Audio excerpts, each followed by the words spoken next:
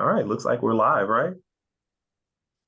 Good afternoon. My name is Patrick Stevenson. I am an admissions advisor here at Guilford Technical Community College. I'm here with my beautiful colleagues. And good afternoon, everyone. I'm Dominique Harrison. I have the pleasure of serving as Director of Admissions here at North Carolina A&T State University.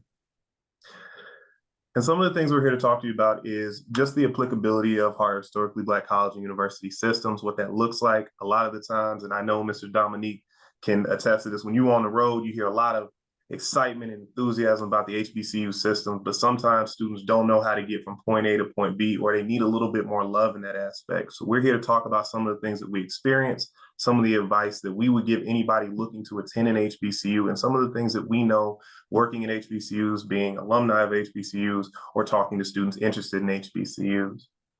So the first thing we're going to do, if I can never get my computer right, is talk about what an HBCU is.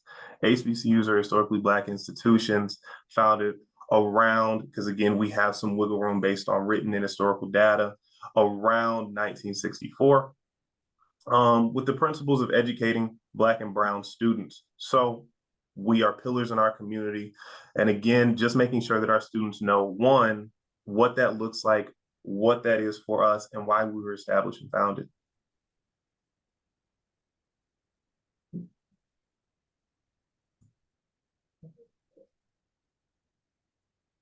Oh, next slide.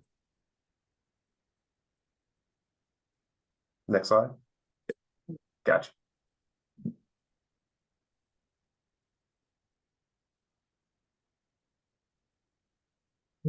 Is it moving on your screen? It's moving on my screen. We started off with what is HBCUs, and then we have our history of HBCUs right here. It's not moving on ours. Okay, hold on real quick, man. Let me see if I can make it work. What do you see on yours, big brother? The slide, what is an HBCU slide? Try setting it in presentation mode. Let me do that. Hold on.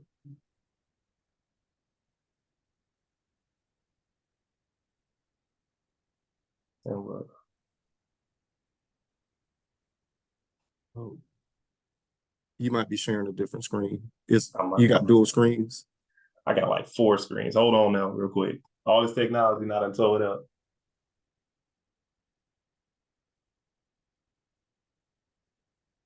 So what we'll do is we'll share this one. Is that better, big brother? Still showing on my end. It's still showing the.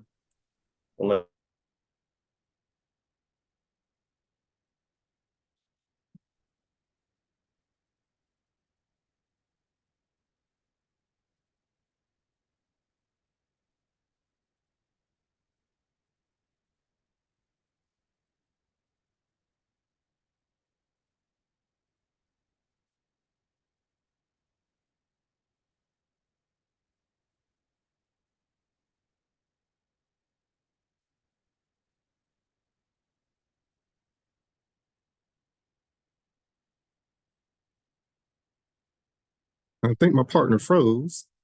So what I will do.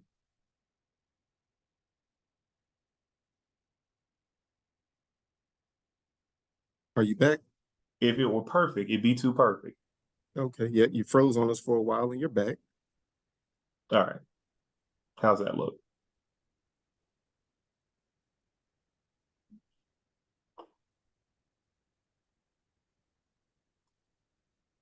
All right.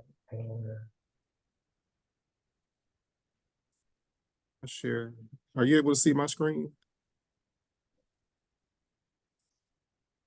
I am able to see you. Yes, sir. Okay. Right, so let's roll from here. Love it.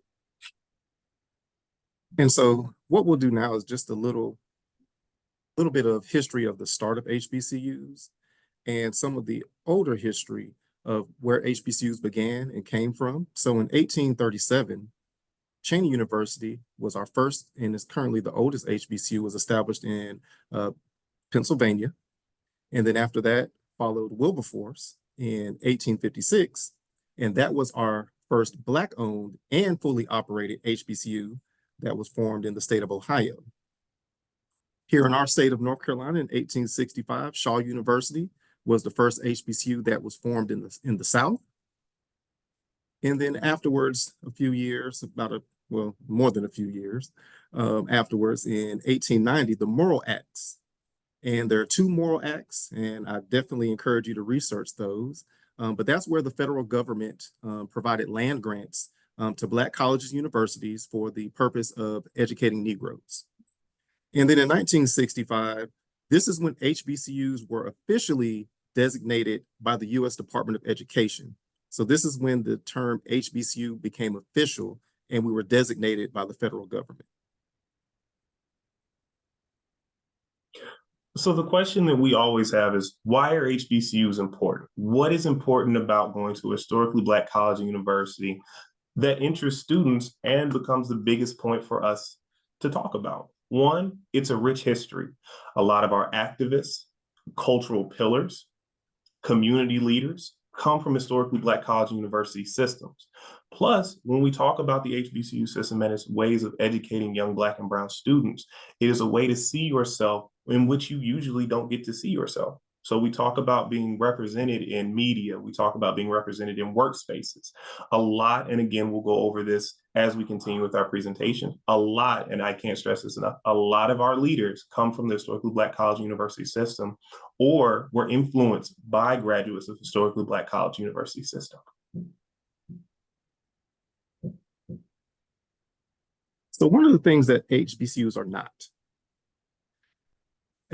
not party schools. And that's something that I always tell families whether it's HBCU or any institution, and they're saying, well, I heard it's a party school. And my response to that is, well, your student can find a party in any school, no matter where they're going. Also, HBCUs are not only for Black students. We have some HBCUs in areas where they are actually not majority Black. We have some HBCUs that are actually fully MSI, so not just on the HBCU level, but also with all minority serving populations as well. And then most HBCUs have a nice percentage of non-Black students that are attending and making up their enrollment. So HBCUs are a welcoming place for students of all walks of life. Also in regards to curriculum, it's not a watered down curriculum or challenge for academically students that are looking for an academic challenge. What they will find is at our schools, they will find the same challenges academically that they will find at any institution, which means we're not producing a lesser quality of student. If you look at social mobility amongst HBCUs, you'll notice that we are making social changes within our students' hometowns, even at a higher rate than many non-HBCUs are in today's nation. We're not just places to enjoy homecoming. So while homecomings are a big part of what make our schools what they are, it's a good time for alumni to come back. It's a time to, have that fellowship, but that's only a week within all of the experiences that our students are going to gain at a lot of our institutions. And we're also not Greek life factories. Greek life is available at all institutions for the most part. So it's not something that you can only find in an HBCU environment. I have been blessed enough to talk about the fun part. What HBCUs are. HBCUs are, again, monoliths in our community. As you can see down the right-hand side, you are able to see all of the turnout we have for Black and Brown people or HBCU graduates that go into the job market and field. And again, this isn't just limited to what actually goes out into the job market and again, the field. And we cited the sources because if it don't have a receipt, it never happened. It is also what we were able to gather just from our census data. So again, you see the data that is on the right-hand side. That's just what we were able to gather, or the students that came back. There could be a lot more opportunities for students. There could be a lot more places that our students go and have impact. But just showing you right there, there's a high earning mobility for our students. There's a lot of opportunity for our students. And just like Mr. Dominique said, it's not a lesser quality of education for our students either. So these are what we like to showcase and what we like to tell people. Yes, the homecomings are fun. And if you haven't been to an HBCU homecoming, I encourage you to go. Yes, the community is fun. Yes, Greek life is fun. But if you did not get your degree when you finished, what did you spend that time and that money for?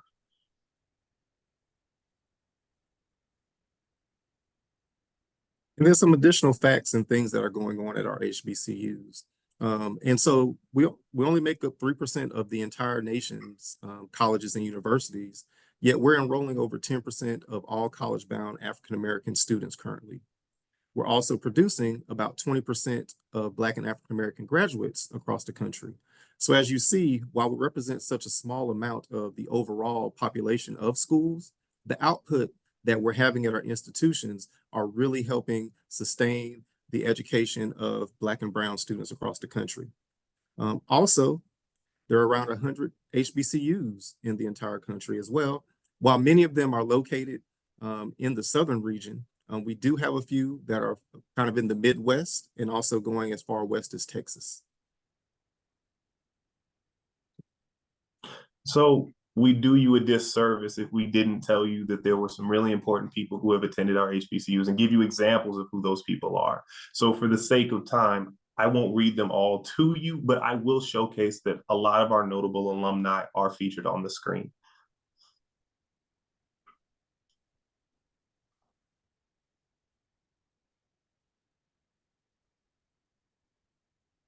And so how do we help our students find the HBCU that is meant for them? And I think this goes into the overall college search and what are the things that a student is looking for. So in regards to academic fields of study, whether they're looking at the bachelor's or master's level or even the PhD level, looking at the HBCUs for the actual academic program that you're interested in. Um, Also, we always encourage them to reach out to our Office of Admissions, ask those questions, join us at college fairs, but reach out to us to find out what is the admissions process? What are we looking for in regards to applicants? You're going to find varying answers through all of our institutions, but we all have staffs that are waiting and available for you to ask these type of questions to us. But then also we encourage them to do their own research and look at opportunities that are going to be provided at the institution they're interested in. So what are the student outcomes? Every institution is going to showcase what their current students are doing. So whether that's research opportunities, if they're looking at internships, job placement rates, what are the graduating salary averages? Are students studying abroad? A lot of different happenings and what are the opportunities that they'll be afforded once they get to these institutions. But also looking at things such as clubs and organizations. You know, what interests do you have as a student and where can you find your community on our various campuses? Also, if you get the opportunity, take a visit to the school. Look and see how you're going to feel as you walk through the campus, as you're interacting with other students, faculty, and staff members. See yourself sitting on the bench between classes, walking through the student union, grabbing some food on campus. So take those opportunities to visit the campus and see how you're going to fit and how it feels to you while you're there. And then also we encourage students to start looking earlier. It's never too early to start looking into what my possibilities may be. So we encourage our students prior to senior year to really start attending different programs that schools have. If there are summer camps for those who have children, enroll your child in some of the summer camps that our schools offer that are maybe in your area and let them get a feel for campus even at a young age to get that exposure. But then even up into the high school years, start attending different events, whether it's college fairs, open houses, any other type of university events that may be going on, whether that's sporting events or enrollment related, but give an opportunity to visit and become a part of the college campus, but also start doing research online, visiting our websites, attending webinars such as this. We encourage students even at an early age to begin really looking into what my college choice may be, or what are the things that I'm looking for into my college experience. And then also have some meaningful, impactful questions when you reach out to us as representatives.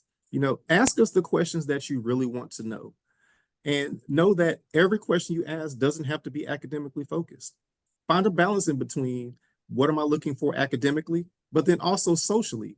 What are some of the things that are going to make me happy while I'm on these campuses? So start arming yourself with these questions. So whether it's a college fair, through email or a phone call, you can reach out to us in our admissions offices and ask these impactful questions that'll help you make and mold your best decision.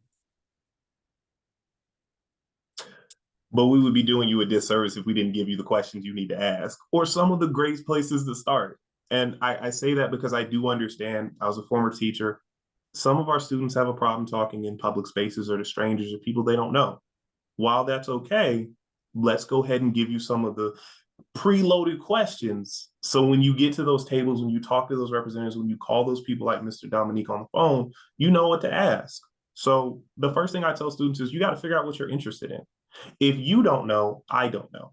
So if you say, hey, Mr. Stevenson, I'm interested in X. Okay, well, we have a lot of in majors that deal with X. So know what you want to do. And students, I will be the first person to tell you, if you don't know, it's okay, but you got to have an idea. Because the first thing I'll do is I'll look at your mom and I guarantee you she'll tell me, oh, that boy, he liked video games. She liked this, they like this. So trust me, it's okay. If you like it, I promise you I'll find you a place for it. And sometimes I got to do a pass. So for me, I work at a community college now. My previous university or institution had a lot of opportunities, but we live in the shadow of A&T. So a lot of our students go from Guilford Tech over to A&T after they found a little bit of that basing and what they wanted to do. And sometimes it does take a year or two to figure it out. Ask what the cost of tuition is. And I say that because you're looking at an investment. And I know when we talk about tuition, we often talk about loans. Students, I tell you this honestly, you will take out a loan for your car, you will take out a loan for your house. Why would you not take out a loan for your education if you need one? So don't shy away from loans, but like we talked about at the top of this presentation, make sure you start early. So you know what that pricing looks like. Make sure you know what you're looking forward to, the majors and the average cost of those majors. And when you've done that, you will know what is tangibly reachable and if you need to take out a loan or if you need to apply for more scholarships. What aid does your institution offer? I know, and again, I know this because my little brother went. A&T has a lot of scholarships for students, and a lot of our schools have a lot of scholarships and opportunities for students that are based in the major you're looking at, locations you come from, the demographics of your family, the places your family comes from. There are plenty of scholarships out there for everybody, and that's not just specific to the North Carolina HBCU system or the school system, but students, if you have a talent and interest, there are scholarships and ways to pay for college. So you don't have to take out the loans like we talked about. You should not be scared of the loans like we talked about. But if you start doing your process in your time, you will have opportunities to pay for college. Ask advisors when the best time to visit the institution is. And in all honesty, sometimes it's the summer. When no one's here, it's just you and me, and we can walk around the campus and look at everything you need. I don't got nobody else here. It's just me and you. Ask advisors and admissions counselors when the best time to come see the school is. If you come when everybody else is there, you are just one of 1,000 people in a group that I have to tour. But if it's just me and you get that interpersonal connection. So ask when the best time to come is so you and your family can plan around that. Because we're not just recruiting you, we're recruiting the entire family. Everybody got to be on board. And the last thing we're going to talk about is what resources are offered for my students. The reason you go to college is to get a better job when you graduate. Does your school have internships? Do they have job opportunities? How many people have gone to do what I'm looking to do from your institution? What else is there besides a job? Are there opportunities to work while I'm on campus? Ask all the questions, and I think Mr. Dominique did a good job of saying there are no bad questions. The only bad question is one that you didn't ask. So make sure you ask. Now, students, I will tell you there is a such thing as silly questions. Like if you ask me what the NC and NCA&T stands for, that's a silly question. But I've heard it, and I will tell you the answer. It's North Carolina. So there's no such thing as a bad question. There are silly questions, but there are no bad questions. And if you need the answer, we are more than happy to give you the answer.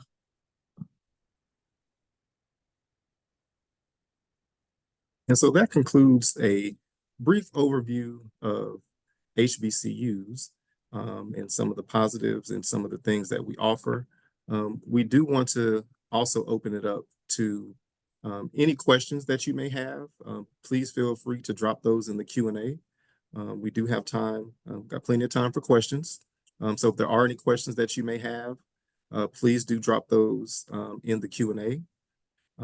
Just some other things I would like to also just kind of include, as Mr. Stevenson spoke a little bit about funding the students' education. Two great resources for students looking to attend HBCUs, Thurgood Marshall and United Negro College Fund. Those are two resources for student financial aid for students who will be attending HBCUs. They have a variety of different scholarships. They both have scholarship forms that students can fill out. That's both incoming students and even continuing students, that they have to have additional resources of funding, and that goes from as low as 1,000 all the way up to close to whether it's tuition and fees, depending on the institution. But they have some pretty good funding that they're able to provide for students. And so we definitely encourage our students to look into those two resources. Again, that's Thurgood Marshall and United Negro College Fund. So we got our first couple of questions here. So the first one is that we mentioned in the beginning, we have a lot of academic focuses. Is there a resource or guide to help navigate this for students? And the answer is yes, there are plenty of guides. And take this with a grain of salt because it's going to sound crazy. Google is your biggest guide or resource to figure out what schools specialize in. So we talked about land grant schools. Land grant schools are oftentimes the A&Ms, the A&Ts, agricultural, mechanical, agricultural, and technology schools. So technology is in the world, don't pay attention to that. But the schools focused in technology and agriculture. If you're looking for a technology major, look at the A&Ms, A&Ts. If you're looking for schools that have majors in such and such, HBCUs that major in such and such. So the best way and the best resources you could do is that. And truly true to form, type it into your Google search. You all have, one of these, or so I'm told, right? Something like that. So like take 5 minutes and just type it in. You can even type it into your Instagram feeds, majors at school, and you'll see all the kids majoring and doing projects in the major that you're interested in. So use your resources. They're literally in your pocket. Yeah. And another resource I would add to that would be school websites. A lot of our schools have a list of our different majors and offerings that we have on all levels. I would also say, if you're interested in a certain field, but not sure where to go, looking at some of our departmental websites, and then looking at what are the different student outcomes that they'll have listed of kind of jobs that students are getting, research opportunities, internships, things of that nature. So a lot of those bits and pieces can also be found on many of our university websites. So I think that's another good place to look into. And then also, I would say, especially for students as they're coming up, fill out our request for information forms or our contact information forms. And many of our schools, I know we send out email communications, text messages, invites to programs, but a lot of those communications, especially for underclassmen in high school, are going to talk to them about the different academic opportunities that we have, some of the social opportunities, clubs and organization. So that's another good resource to receive that information, is to sign up for the school's kind of contact list, so that we can communicate with the student in regards to what we may offer. So our next question is, what advice do you have for students to navigate campus early and connect with staff and professors? So I can start with that one. I currently have my own first year student who is in her second semester of navigating this exact question. And some of the things that she's found and that's been working very well for her is, one of the things to help connect is be the student that attends class, of course, that never hurts. Be a participant in class. But I think one of the biggest things that she has found helpful for her is utilizing her faculty and staff members' office hours. So every faculty and staff member they're going to be required to have office hours, and students can sign up for those hours. And that is something that she's found extremely helpful, is being able to sign up for those office hours and meet one-on-one with her faculty or even staff members within her department. And that's from anything towards just reiterating or kind of going over something that may have been covered in an earlier class, questions about any potential internship or volunteer hours, things of that nature that might be coming up within the department, finding out information about clubs and organizations, different contacts. She's utilized those office hours for many things.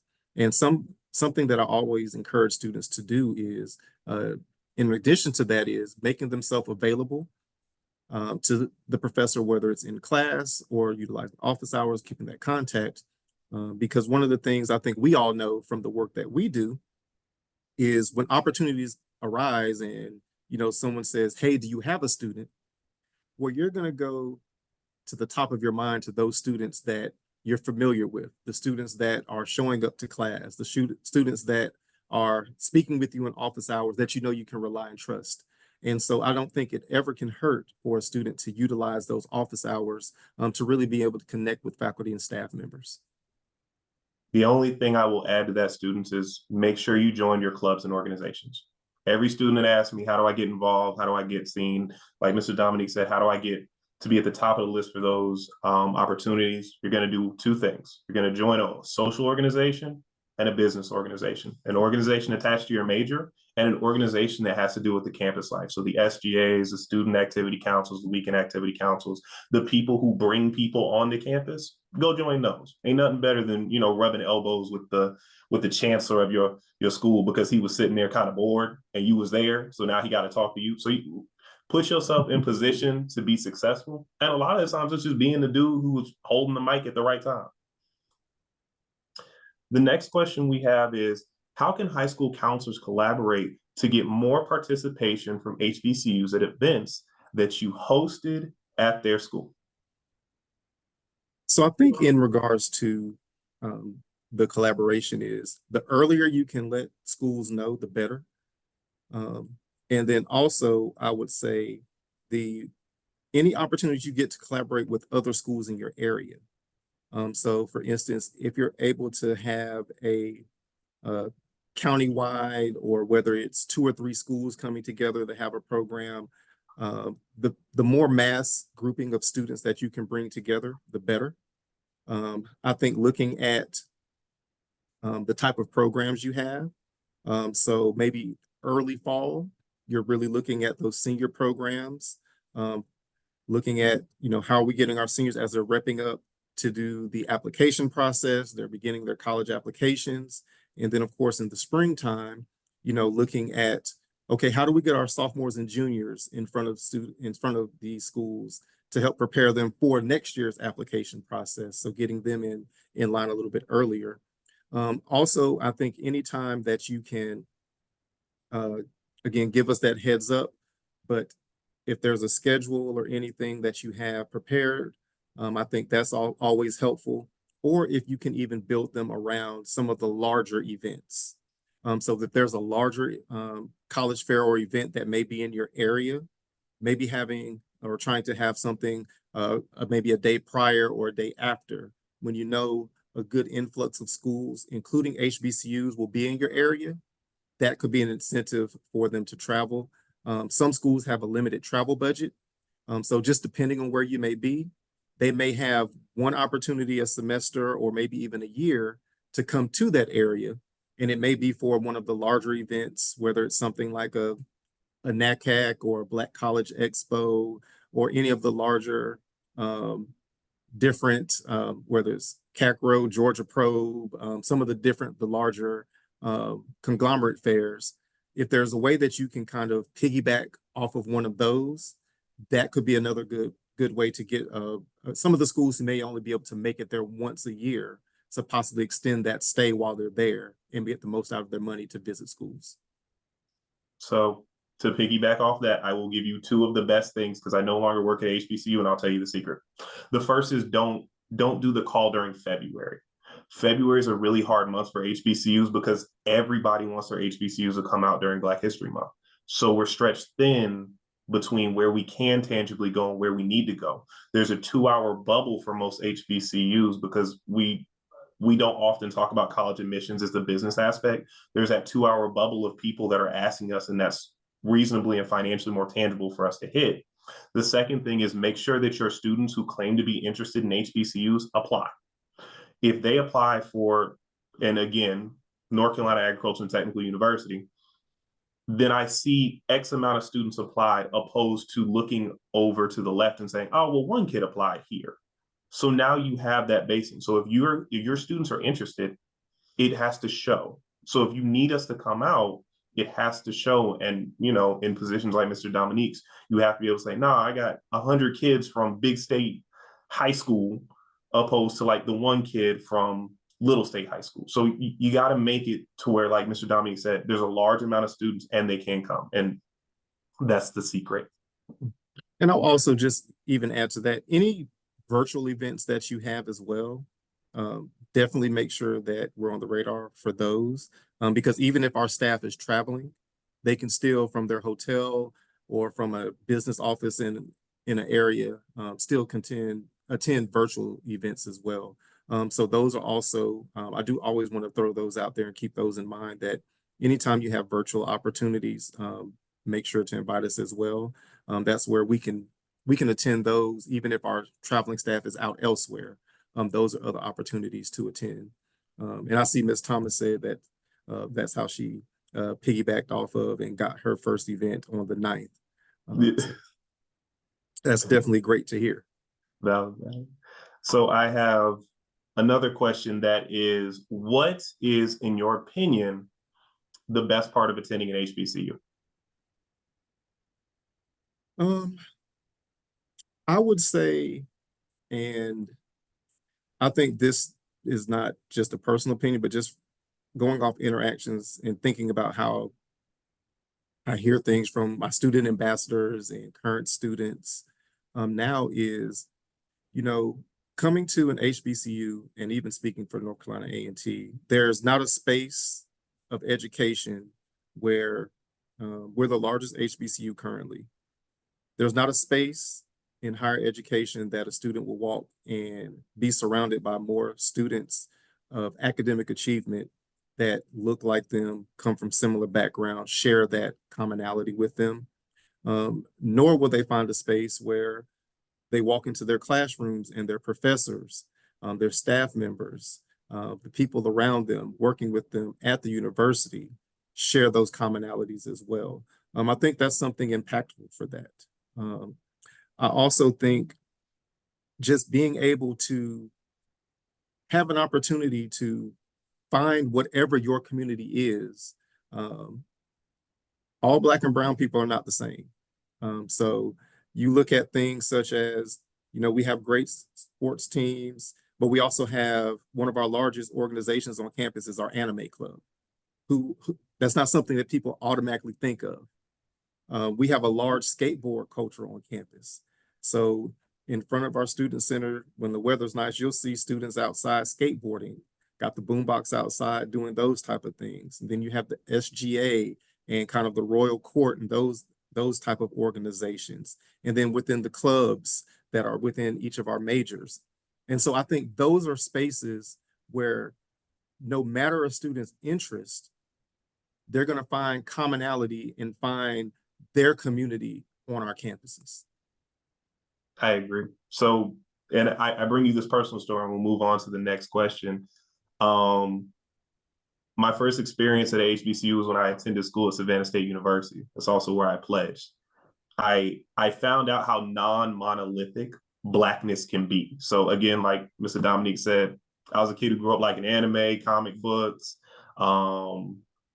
samurai swords, skateboarding, but I also played football in college.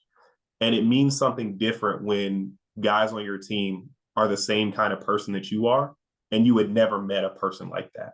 So however you see yourself, I guarantee you can find your tribe.